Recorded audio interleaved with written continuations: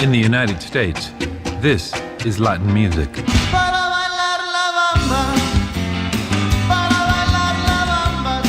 And this is Latin music.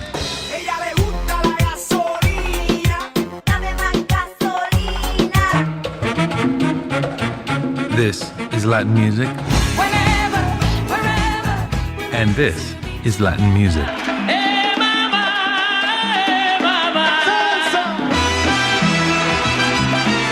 Its roots are sometimes obvious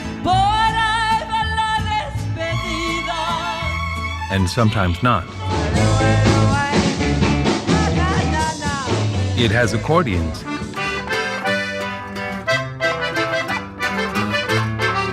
and it doesn't. It's in Spanish, except when it's not.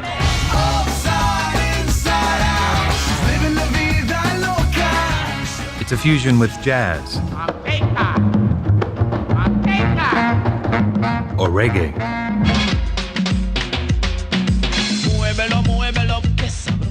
New hybrids with country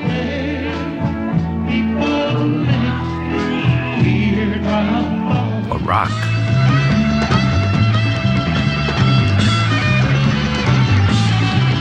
It's as diverse as the Latino experience. As American as it gets. Latin music, USA.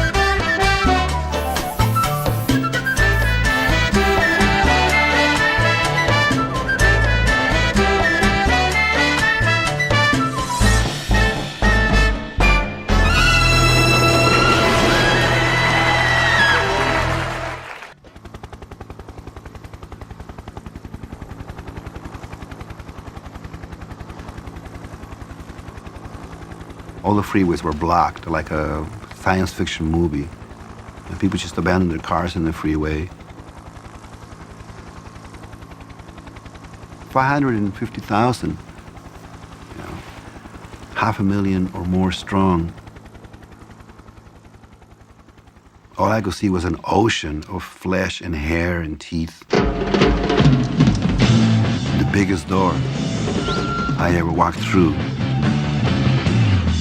On August 16th, 1969, a little-known band from San Francisco, Santana, performed at Woodstock. It became one of the most successful international debuts in popular music history.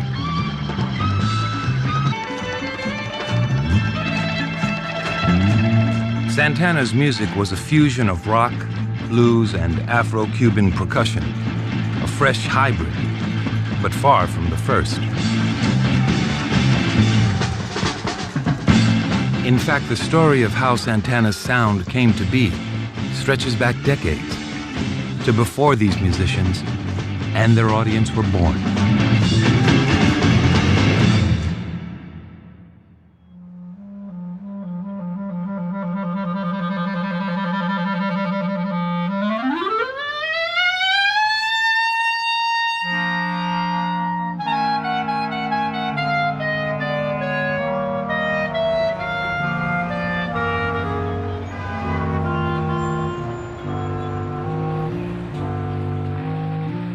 In 1930, a 19-year-old Cuban named Mario Bauzá arrived in New York. A classically trained clarinetist, he had visited the city 4 years earlier and fallen in love with jazz. Now he was back, intent on making it in the burgeoning big band scene. In Cuba, prejudice against his dark skin had held him back. New York had race barriers as well. But in Havana, there was no Harlem. unless you know rhythm, unless you like music, unless you keep dancing, you can't live in Harlem. All the big club with all those terrific shows was in Harlem then. Right at 3 o'clock in the morning was like at 12 o'clock in the day in Times Square. In his own words, well, he found that it was a place where he could walk down the street and not experience the same kind of racism that he was experiencing in Havana at the time, that he could feel free as a black man walking down the street and not feel that oppression in the same way. Just a few years later, after a switch to trumpet, Bauza was playing at the Savoy Ballroom for Harlem's King of Swing, Chick Webb. Bauza became the orchestra's musical director and lead trumpet player. Taken with Bauza's musicianship, Webb had personally rehearsed him in what he called the vocabulary of jazz, helping him adapt to the feel of swing. Getting more da da ba doo ba da ba doo ba da ba doo ba da ba doo ba da. Whereas Latin is, it tends to be strictly pakum pakum pakum pakum pakum pakum pakum pakum. Even as Bauza made inroads into American jazz, Cuban music was entering the American mainstream. In 1931, an orchestra from Havana released El Manicero, the peanut vendor. It became a surprise smash hit.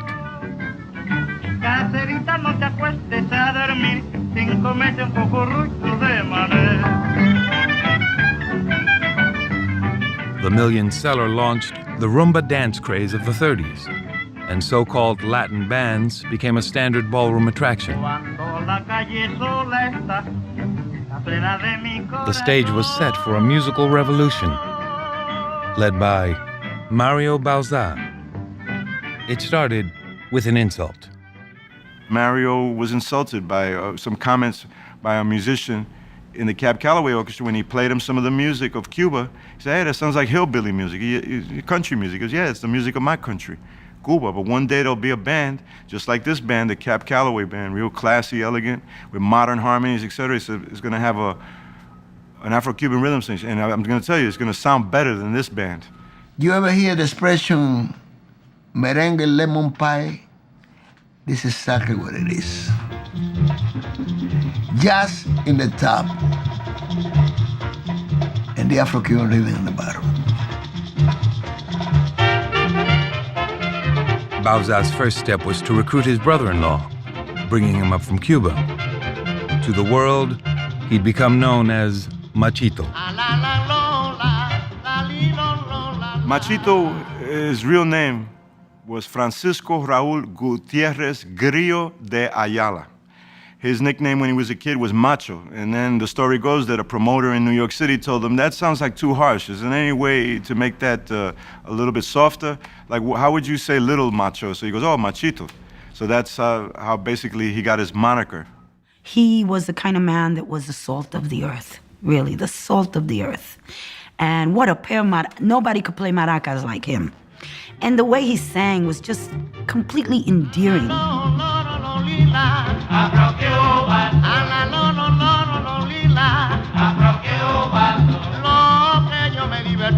Bauza's fusion of an African-American big band with traditional Cuban rhythms was groundbreaking, right down to its name.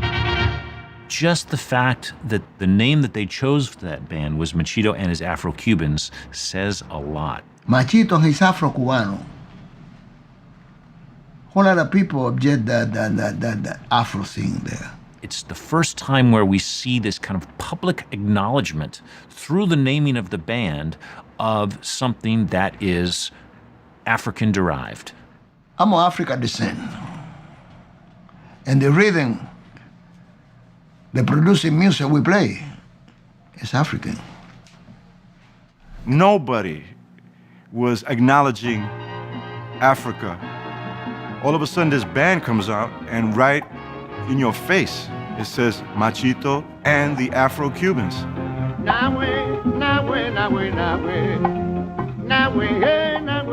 Bauza and Machito had a strong base to work from. Granted U.S. citizenship in 1917, over 30,000 Puerto Ricans had migrated to New York, many settling in East Harlem, which came to be known as El Barrio, or Spanish Harlem.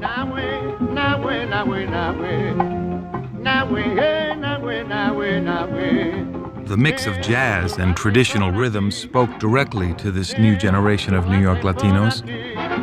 They provided both an audience and musicians for the band.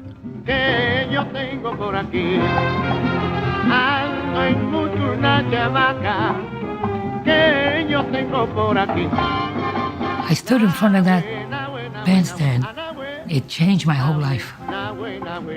It changed my whole life. Everything changed. I changed. You know, when I heard that band in person, in the flesh, and I heard those drummers and going how they started, and I just looking around, you know, I felt like that feeling you get in your nose when you're gonna cry or something, and you try to, it just destroyed me. Ah, damn! And I'm looking at, ooh, man, I look at the people, and people were dancing, vaya, papi, and I'm saying, hey, this is impossible. This is impossible, you know? Man, it changed my whole life. That was one of the experiences that stay with me till I'm in the tomb.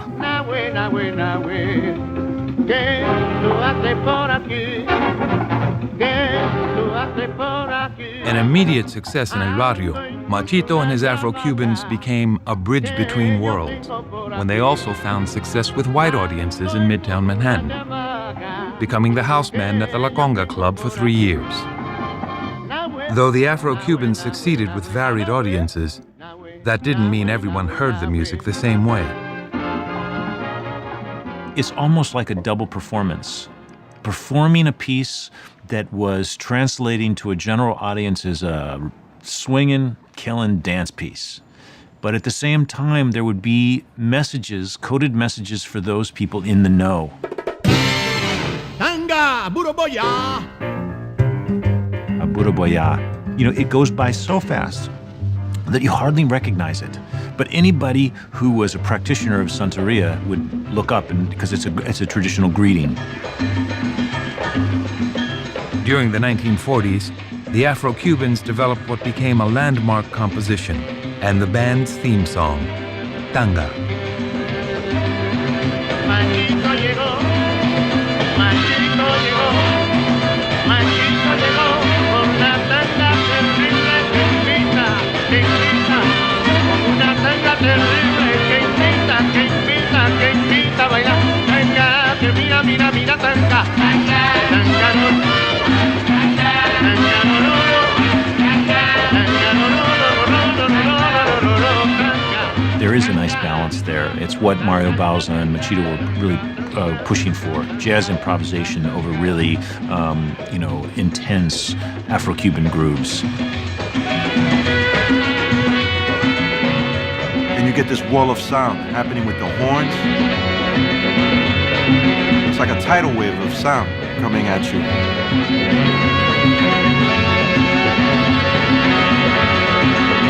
It just stays on one chord.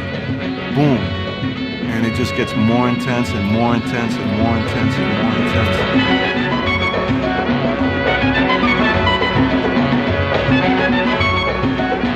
It was the harbinger of the experiments that Miles Davis would eventually start doing much, much later.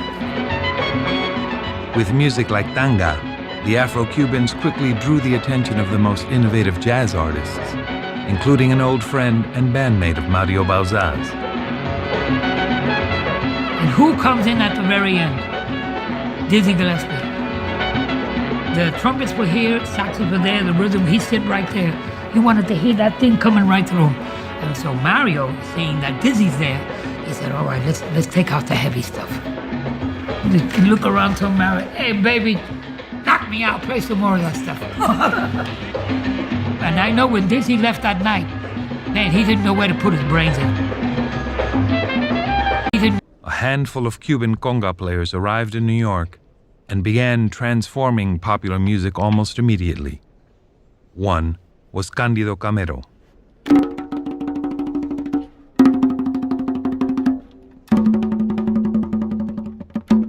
Along with his peers, congueros like Mongo Santamaria and Armando Peraza, Cándido would introduce the U.S. to an entirely new level of conga mastery.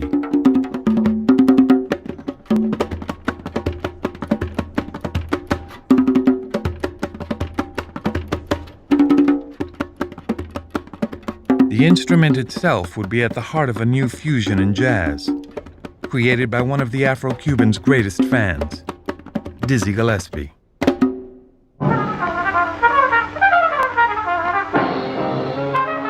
As a founder of bebop, Gillespie had already revolutionized jazz.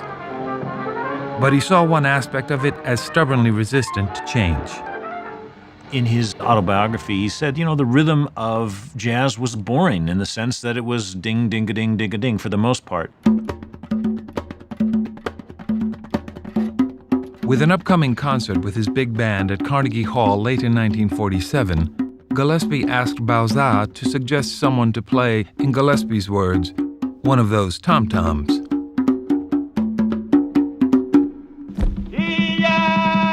Bauza introduced him to Chano Pozo, who had recently arrived in New York from Cuba, where he was a successful songwriter, showman, and conga player. He had risen out of one of the roughest tenements in Havana. Chano's a street dude, man. He'll cut you, he'll slap you. Chano was so famous for getting into fights, etc. He had like a bullet lodged near his spine. They couldn't get the bullet out. You got this guy who's like pure street, but he's got all of this incredible folkloric knowledge and mystical knowledge and rhythmic knowledge. At Carnegie Hall, Chano Pozo performed in a two-part number written to feature his playing, Cubana B, Cubana Bop.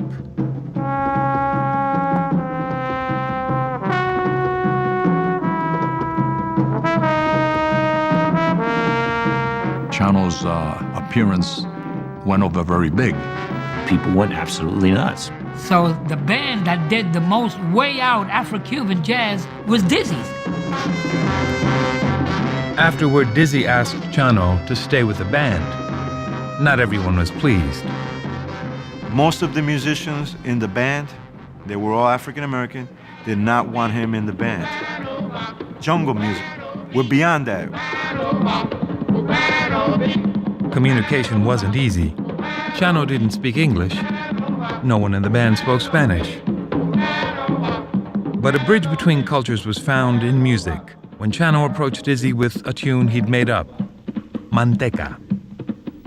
He say, Dixie,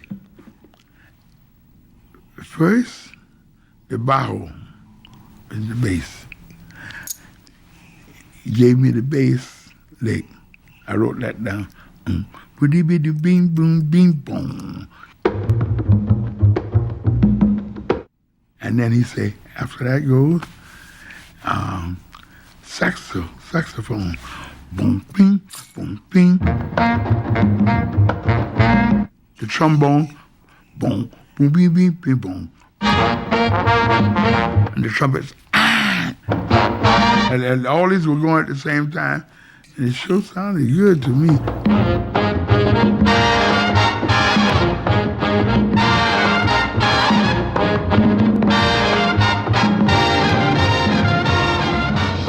Manteca is probably one of the most, distinctive tune.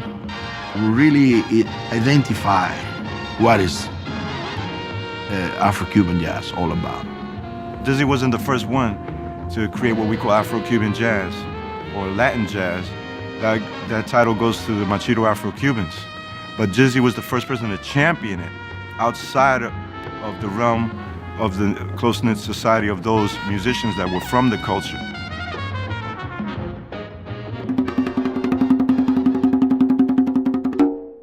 Unfortunately, 1 year later, somebody killed Chano in a bar in Harlem.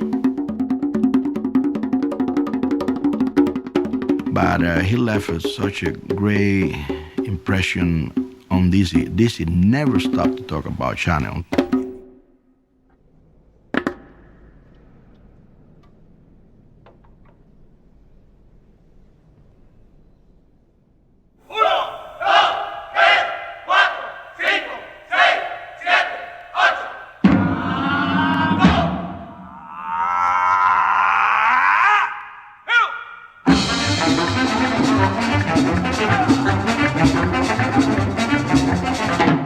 In the early 1950s, the mambo burst onto the international stage with hit records by Damaso Perez Prado, a Cuban working in Mexico City.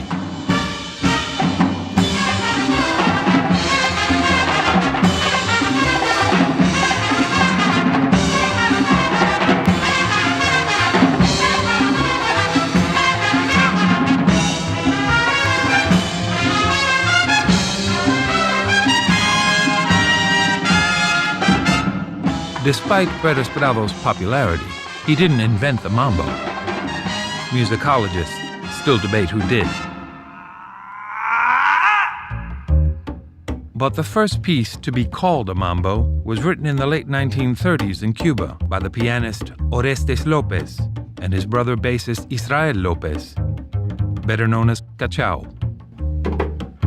They were searching for a way to liven up a Cuban form of ballroom dancing called danzón.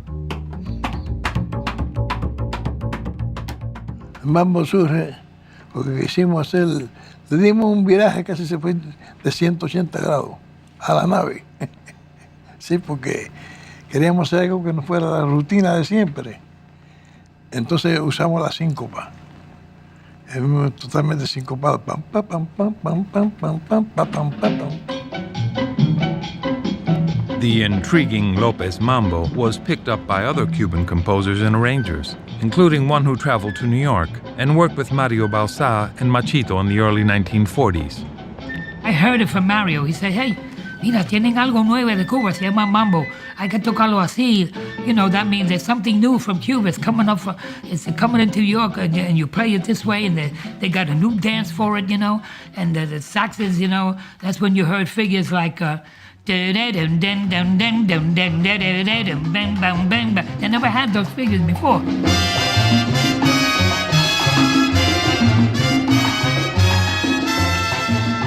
So while most of the US and the world saw Perez Prado as the king of the mambo, New York, with its jazzier sounds and decades-old Latin music scene, had its own royalty, known as the Big Three. Machito and his Afro-Cubans were the elder statesmen. The two other contenders had grown up in El Barrio. Tito Rodriguez was born in Puerto Rico and moved to New York as a young boy. By the 1950s, the suave singer led his own band.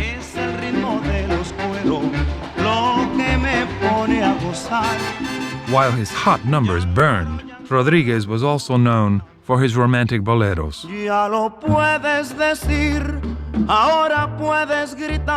Tito Rodriguez was a crooner. He used to dance with the women and take his microphone and just look into their eyes and just sing these beautiful ballads, and the girls would just melt on the floor.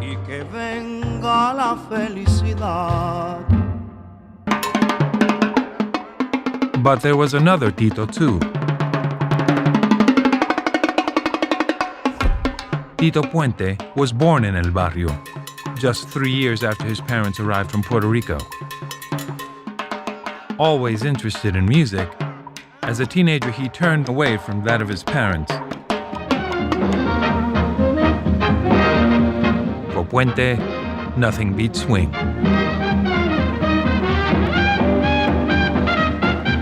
At 14, he saw drummer Gene Krupa at the Paramount Theater. I knew right there what I wanted, to be Gene Krupa, he later said. But Puente found immediate work in the local Latin bands and took up the timbales. He soon found himself under the wing of Mario Bauzá. He was one of my mentors, taught me a lot about playing, performing, rehearsing bands, because I worked with Machito for quite a few years. Then the war came around and I was drafted. A bugler and gunner's mate in the Navy, Puente saw combat in World War II. He also played saxophone in bands to entertain the crews. By the end of the 1940s, Puente was running his own band and revolutionizing the role of the timbales.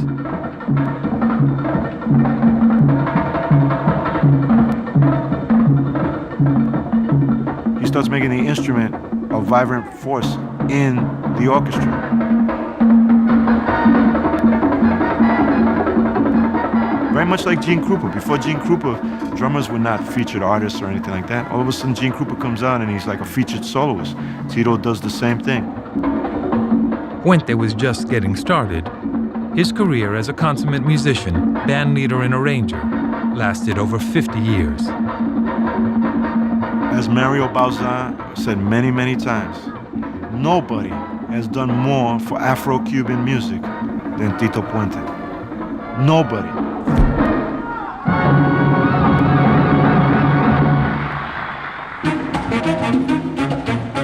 The Big Three battled nightly for supremacy in New York before legions of new fans.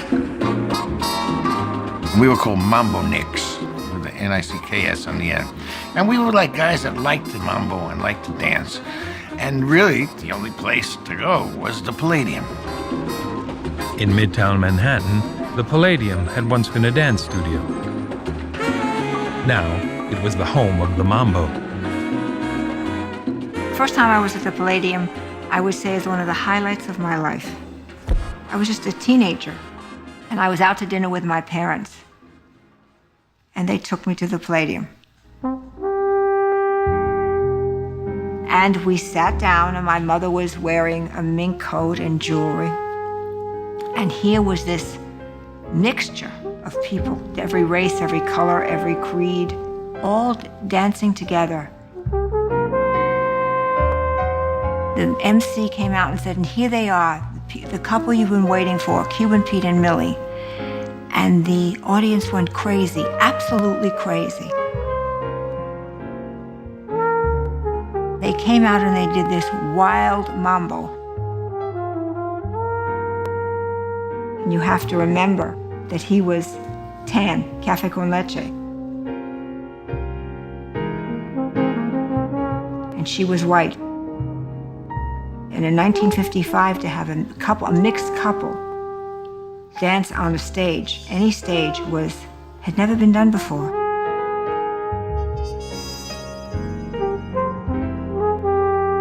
And he took her in one of the steps and he put her between his legs. And my mother went, oh my God.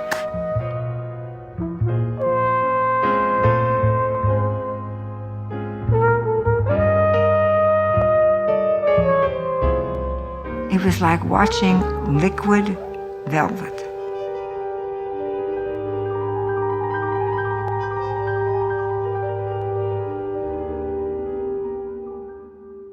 Going dancing at the Palladium was it.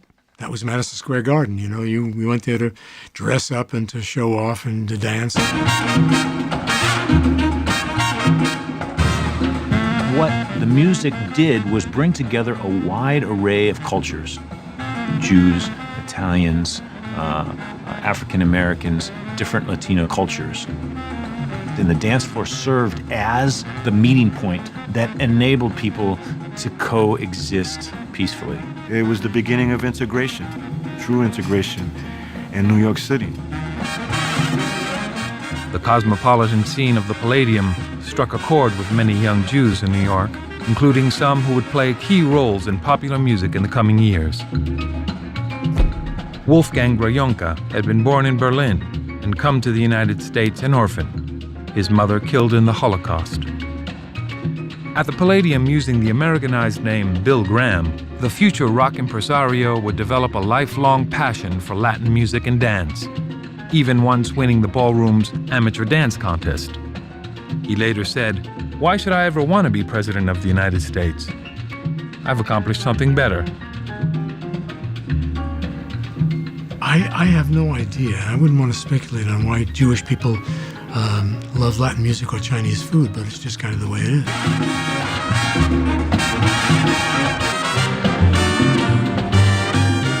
Expatriate Jewish immigrants in the United States had nothing to dance to. You turn on the radio of the 40s and 50s, and it just couldn't be more alien to the experience they had come from. How much is that doggy in the window? The one with the waggly tail. Gentile music. But the Latin music, that wasn't Gentile music. That was soul music, and I think that they could really relate to it. The ongoing fusion of jazz and Latin music found a comfortable home at the Palladium as well. Located near the New York jazz clubs, the ballroom attracted the leading players of the day.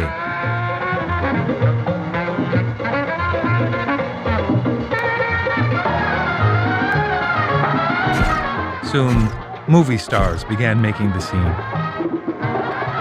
The Palladium had become a hipster's paradise. But the Palladium had one rule. They didn't care what color you were, they didn't care how old you were, they didn't care how fat you were, but you had to be able to dance. The best of the Palladium dancers developed professional careers. Millie Donay, an Italian-American, and Pedro Cuban Pete Aguilar, a New York Puerto Rican, set the standard.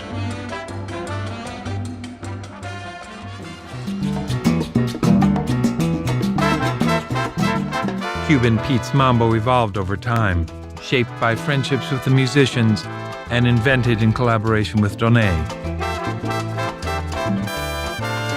She died in 2007.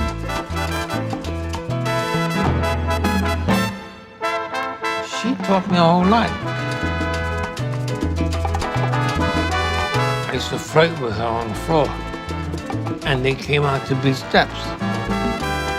I tripped once, fell. You know what Millie said to me? Do it again. That was great, do it again. I said, okay.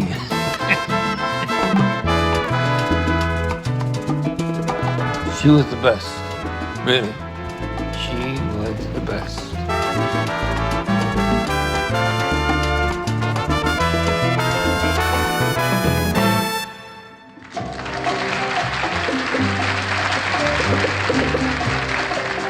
Another team used the Palladium as a stepping stone to a career that lasted decades.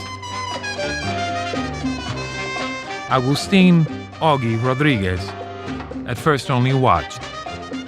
I used to study dances. Cuban Pete was the best. And I did 6 months of just looking and trying to study that, but I felt it, but... He also kept an eye on a young Puerto Rican from East Harlem, Margot Bartolome. I used to try to be the first guy to go there. 20 guys were on her already, and she'd dance with them. She looked great. They finally met after Margot's sister approached her to enter a dance contest with Augie.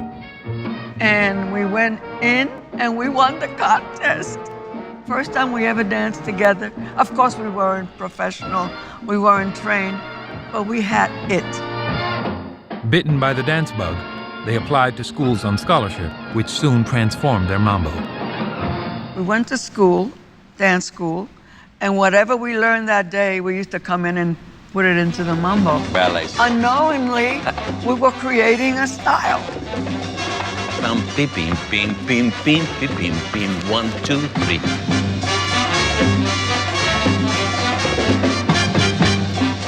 And we were the first ones really to put in turn, slides, and tricks into the mambo. I used to spin. Ooh, she'd go down to the floor. We always had to end with that.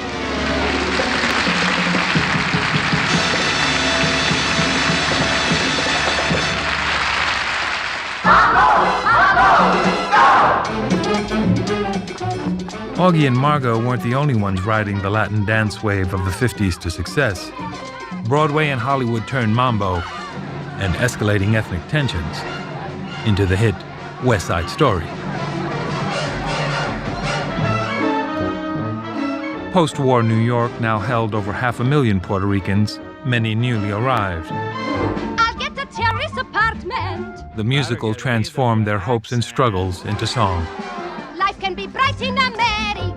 If you can fight in America, Life is all right in America. if you're all white in America. Others sought to repackage the craze for Main Street USA.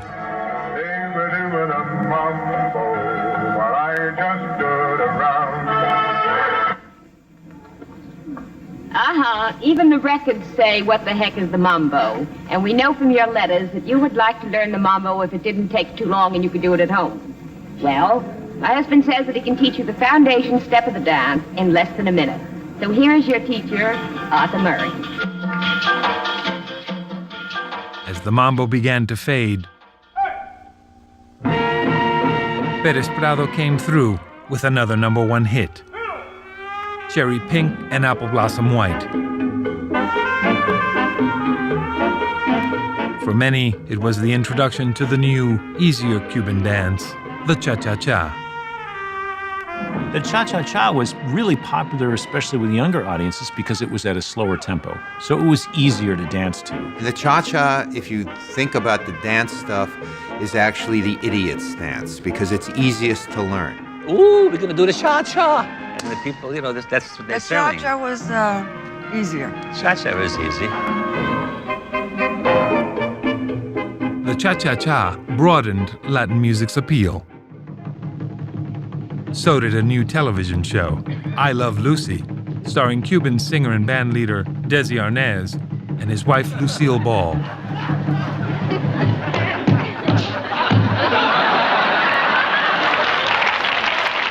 Before its debut, the two had to convince network executives that the U.S. was ready to accept the premise, a cross-cultural marriage between a Cuban man and an American woman.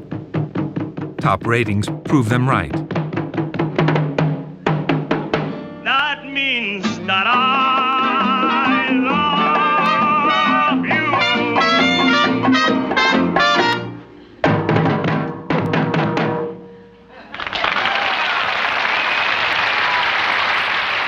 But the U.S.'s love affair in the 50s with all things Latin was not to last. Several things happened to force the decline of the music, the culture, and the main thing was that Cuba was taken over by Fidel Castro, and the source of the music was cut off. The doors to Cuba slammed shut. And they slammed shut psychologically and politically in the United States. Cuban music, Latin music, all of a sudden became the music of Castro and the Cuban Revolution and the communists. It's been a hard day's night, and I've been working like a dog. One of the worst things that could happen to the Latin music industry was the Beatles and the popularity of rock and roll in the mid-1960s, because really that captured the youth in the United States and in the Caribbean, for that matter. I loved my rock and roll. I loved the Beatles. I was affected by all of that. The 60s, with the advent of rock and roll, R&B, changed the music scene even in East Harlem, because now you have a third generation that's coming up. They're coming up in the projects. Now this is my generation. And they're even much more English-speaking than their predecessors. At that time, you know, I could sit down and start listening to rock and roll, as good as it was, because I liked the rhythm patterns, the drums especially, all the things they did. But you know, musically, we're talking about music, saxes, trumpets, this and that, and the brightness and soft and loud. And Here are the Beatles. I'm not talking about popularity and playing a concert with 60,000 people. You know, we never were able to do that. Ironically, many early rock songs like Twist and Shout, covered by the Beatles, contain Latin influences in their chord progressions, bass lines, and rhythms.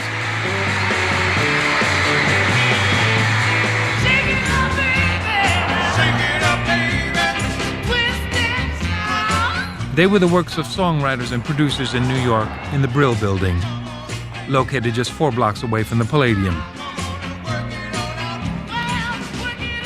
Many were mambo nicks, like Doc Thomas and Mort Shulman, who wrote hits for the Drifters, including Save the Last Dance for Me. But don't forget who's taking you home. Thomas would call their work Jewish Latin. So darling, save the last dance for me. The influence of the Latin music on rock and roll was seminal.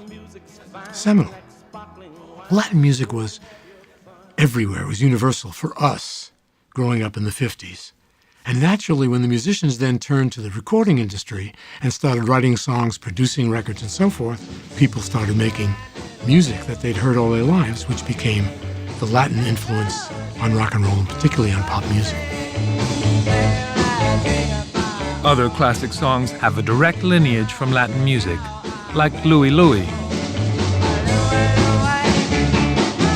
It was the Kingsmen's version of an R&B record, which in turn was based on a cha-cha-cha, written by Cuban René Toussaint.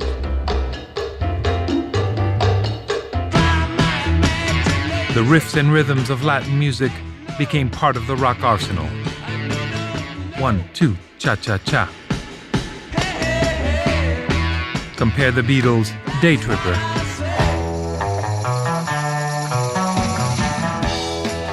With this Machito record from the 40s.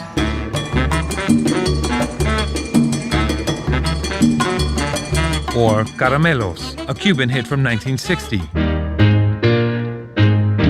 With the Young Rascals' Good Lovin'. 1, 2, 3, good love.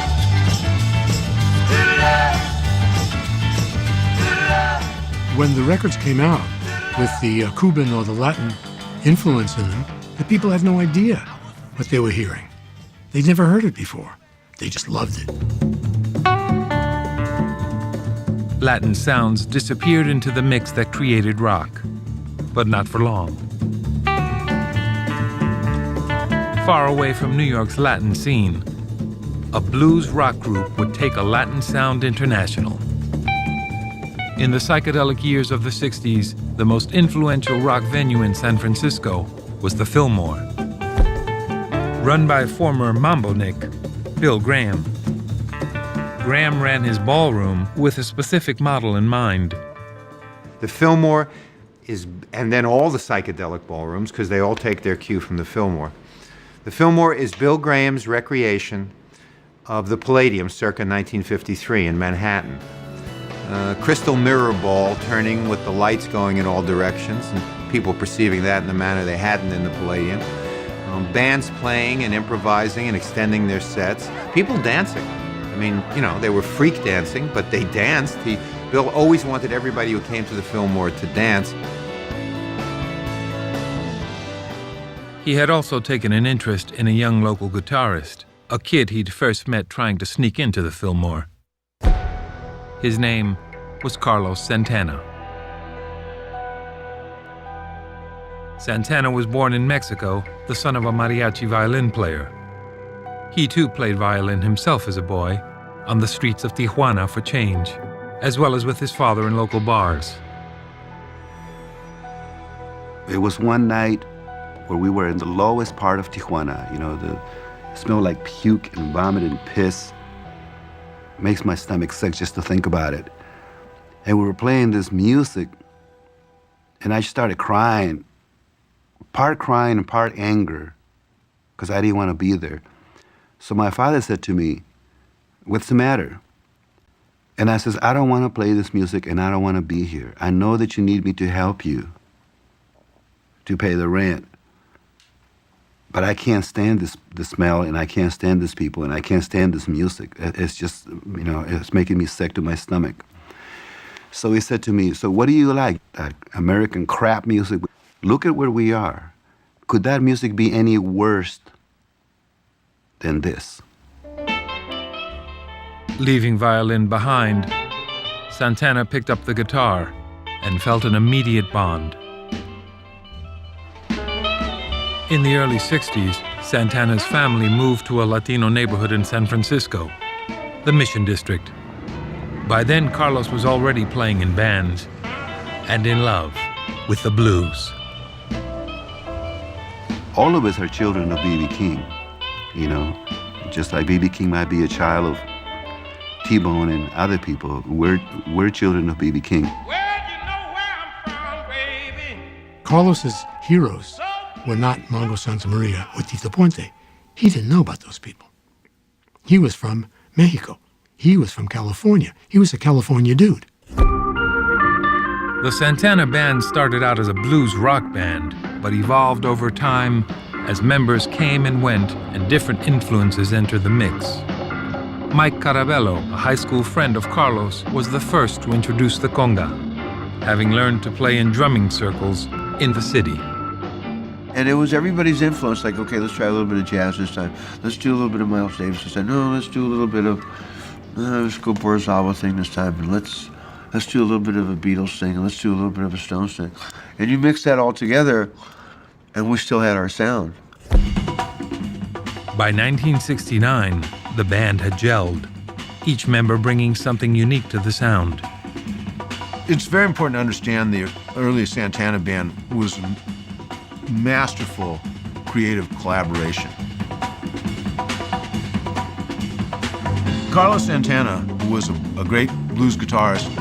Michael Carabella, the conga player, and Chapito Arias, the timbales player, they brought the Latin battery to the sound. Greg Raleigh was a huge contribution on organ. He was a great musician and ultimately he sang their hit records, but the organ was a big part of what they were doing. Michael Shreve was the right drummer to tie the whole package together.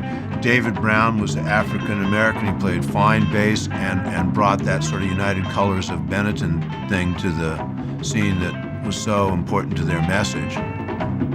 How it happened that there was a Puerto Rican in the band, a Mexican in the band, a Nicaraguan in the band, an Irish guy in the band, a Norwegian guy in the band, and a black guy in the band.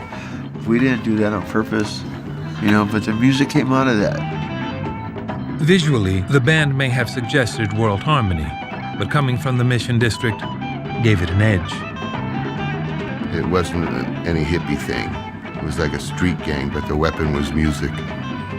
You make a mistake, maybe like hippies would say, oh, that's cool, man, you're making a good effort, and, we'll try it again. It was more like, They weren't hippies. They walked on stage and it was the Mission District, and, I was sure they had switchblades in their pockets.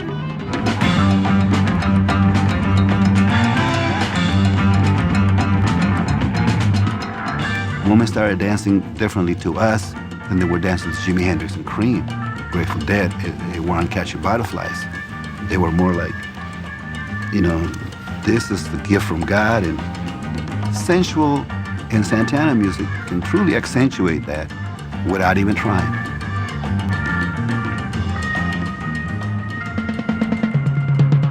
As the band evolved toward a more Latin sound, it had a key supporter, giving it work and rehearsal space, even suggesting Latin songs to cover, like Evil Ways. Bill Graham recognized it immediately.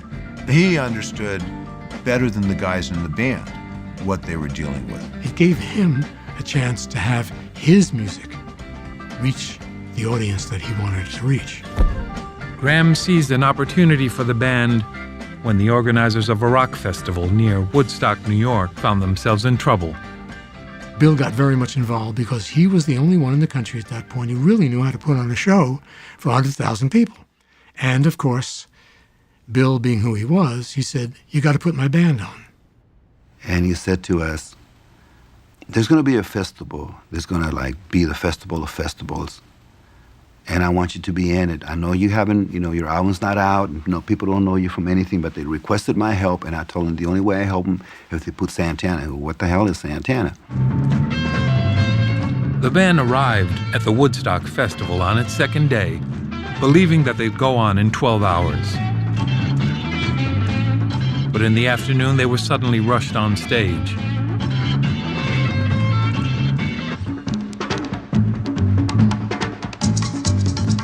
The Santana Band's performance, with its innovative use of Afro-Cuban percussion, was one of the hits of the festival. But it became legendary when the Woodstock movie was released. So when the movie came out, when Woodstock actually came out, we went to go to the show all together with everybody else. It wasn't a special screening or anything like that. In fact, we waited in line to buy our tickets. And I remember that the audience from the show before us were coming out and people were pointing at us.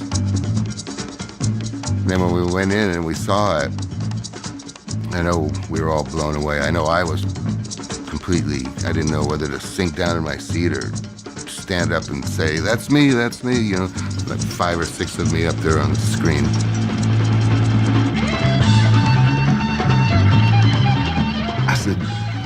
Why did they put a camera on me that made me look like a bug? And that just broke us internationally. After that, it was all over. After Woodstock, the band's Afro-Cuban blues hybrid became an integral part of the American soundscape. And Latinos in the U.S. had their first popular music superstar, Carlos Santana.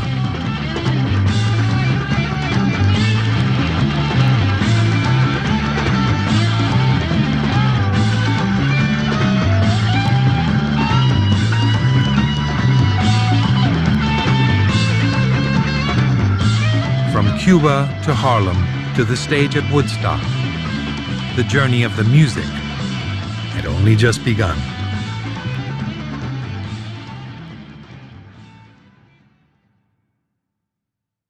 Next time on Latin Music USA. They had this raw power, and we were went, whoa.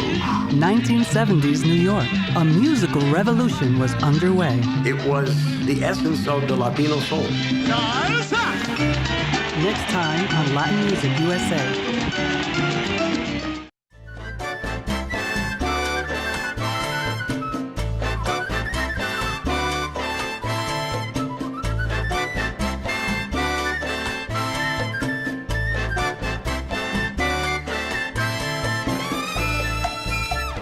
For more about Latin Music USA, visit the series website at pbs.org. You can watch any part of the program that you've missed. Explore the origins, influences, and sounds of these rich musical traditions. And go behind the scenes to watch web-exclusive performances and interviews.